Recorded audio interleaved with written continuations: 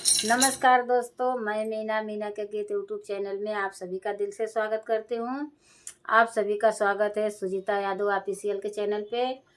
हम दोनों ननद भौजाई मिल कर के आप लोग के बीच में लाना चाहती हूँ सोहर उठान गीत। ये हमारी सोहर उठान गीत पसंद आए तो इतना इतना दुलार प्यार देना और फुलवाज करके ज़रूर एक बार सुनिएगा सोहर उठान गीत। कमेंट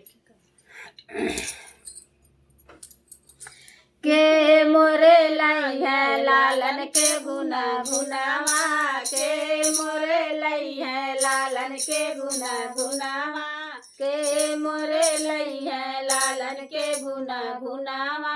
सास मोरे रानी ससुर मोरे राजा, सास हमारी रानी ससुर मोरे राजा, महारानी बाला मायाला बेलावा, मैं महारानी बाला मायाला बेलावा।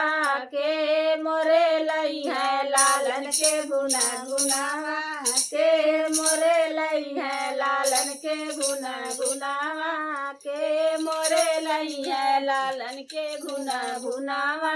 जेठनी मोरे रानी जेठ मोरे राजा, जेठ मोरी रानी जेठ मोरे राजा, मैं महारानी बाला मायाला बेलावा, मैं महारानी बाला मायाला बेलावा।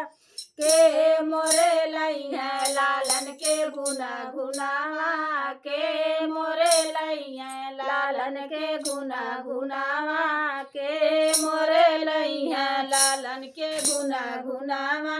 छोटी मोरी रानी देवर मोरे राजा, छोटी मोरी रानी देवर मोरे राजा, मैं महारानी बाला मायाला बेलावा, मैं महारानी बाला मायाला बेलावा। के मोरे लई है लालन के गुना गुनावा, के मोरे लई है लालन के गुना गुनावा, के मोरे लई है लालन के गुना गुनावा। ननद मोरी रानी नंदोई मोरे राजा, ननद मोरी रानी नंदोई मोरे राजा, मैं महारानी बाला मायाला बेलावा, मैं महारानी बाला मायाला बेलावा। के मोरे रही है लालन के गुना गुनावा, के मोरे लई है लालन के गुना गुनावा, के मोरे लई है लालन के गुना गुनावा।